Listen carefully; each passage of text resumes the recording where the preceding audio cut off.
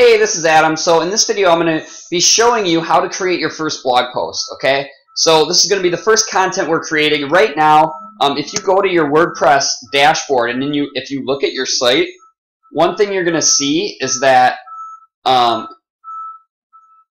you can't really see what the theme is looking like right now because there's no content there. So that's one thing that's going to be nice is after we add this, after we create this blog post, you're going to get a better idea of how this looks. Okay, so I'm going to go back to the dashboard. Now what I want to do is I want to create my first blog post. So under post here, okay, if you just mouse over post, you're going to see how you can click on add new right here. If you go to all posts, that will also give you a way to just add a new post. I'll show you that in fact. So when you click all posts, as you can see right now, we have no posts here. So to add new, you just click on add new. All right, that's going to take you into the screen where you can create your post. Now, I just want to kind of give you an overview of how this editor looks, okay? So here's where you enter your title and your body. Over here are the publish settings that we're gonna talk about in a minute. Then under here, you're going to see format, okay? Format is, these are the post formats I was talking about. So you'd want to choose this based on the type of post you're creating. Like if you're creating a post where you really want to feature an image, then you might create image. A standard post would just be like your standard post that's going to have text and images and everything, right? Maybe a long post, right? You can just leave as standard. If you're going to do a video, you can choose the video post format, okay? Which is going to do some nice things for your videos. Like, so that's what I really like themes that have these post formats, because it generally means your content is going to look better. It's like tailored to the type of post you're creating. All right. Now these post options that are below this where you enter, like where you actually add all your text content, are specific options for the theme, right? For the specific post. So what's cool is you can choose to leave these options alone and it's just going to format your post the same way every time.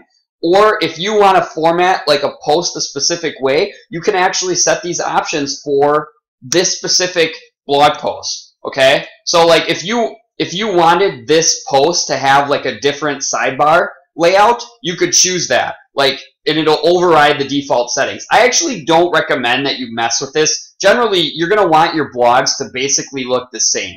Okay? You're going to want your blog posts to look, and appear with the same format. It's just nice to have these additional options if you need them. That's one thing I'm impressed with the human theme, is it gives you a lot of options. Okay, now if there are options here that you're not seeing that you expect to see, that's probably because they're not enabled. So if you mouse up to the top, right here under screen options, right? If I click on screen options, all of these things that are checked are enabled, meaning these are options that I can customize. If I were to uncheck this, right? Let's say I uncheck excerpt. And now I turn off screen options. Now what I'm not going to see is I'm not going to see that excerpt customization anywhere, right? You'll notice how that's missing now if I were to enable it. I just want to show you guys this so you can, I've on occasion in the past, if I've been trying to customize the theme, I'll be like, where is that option? I know I saw it before, and it's probably just not enabled, right? So if I click on excerpt now and then I scroll down, now you're going to see that I can update the excerpt. See that? Okay, so what we want to do first here is we want to enter the title. And I'm going to close this because that little update is annoying me. So I'm going to enter the title first, and I've actually already created this content. It's going to be a really short blog post, but I'm just going to show you how I go about creating it. Okay, so you want to enter your title here. And what it does, after you enter your title and you tab out, it's automatically going to create that permalink. Remember that? So I'm going to do, let's see, how grateful. And you can change this. You can change this to whatever you want. So I'm going to do, let's see. There we go. So when I click on OK, all right, you can change it if you want. You can leave it. Generally speaking, the permalink it creates will be exactly what you want. Okay, so now under here, I'm going to add the content. So the first thing I want to do actually is I want to embed the video. So I'm going to choose as my post format, I'm going to choose a video post. And to get the video, to embed the video, I have to go over to the video. This is Kristen's week 1 video. And when you're on YouTube, all you need to do to get the video embed code is you click on share, and then embed. All right, and you can just copy that, and then you're going to go back to your post.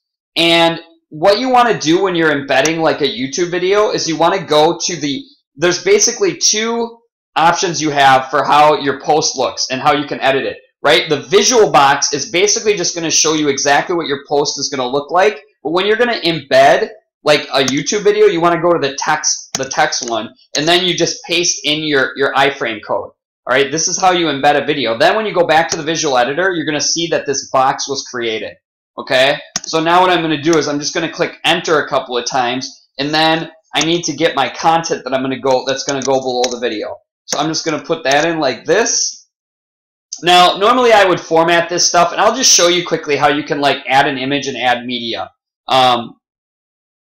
So if you want to like add an image to this, you would just click on add media, and I have some images that I've already added, like for the logo and that sort of thing. So you can add from your library, or you can just upload videos. Okay, I'm not actually going to add one, but I just wanted to show you how you can do it. So that's really all there is to adding videos, text, and images. It's super easy. Then if you want to like if you want to format text in a certain way, you can do that. So I'll just add bold and italics to this call to action here, right? So under the post, this is one thing I recommend. In your blogs, you always have a call to action at the end, all right? And generally speaking, because you want to convert your visitors to subscribers, the best call to action to use is something like this. If you'd like a new lesson to be delivered to your email inbox each week, be sure to fill out the form on this page to get your weekly dose of happiness, right? So I'm telling them to fill out the form, okay?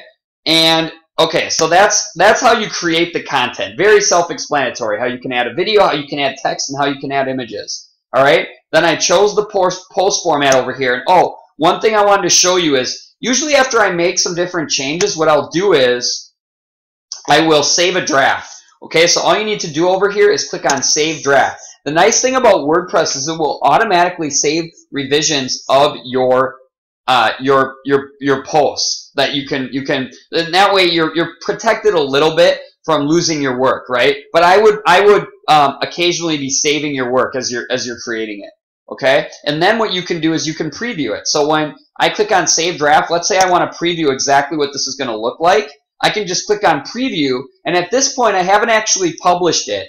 This is just going to enable me to see what it's going to look like. So it's going to say so this is the hashtag for 52 Weeks of Happiness, week 1. How grateful are you? Right? In this week, I explain the power of gratitude. See how nice this looks? So that's one reason I like this theme, too. It looks really nice. So that's what the actual blog post is going to look like, right?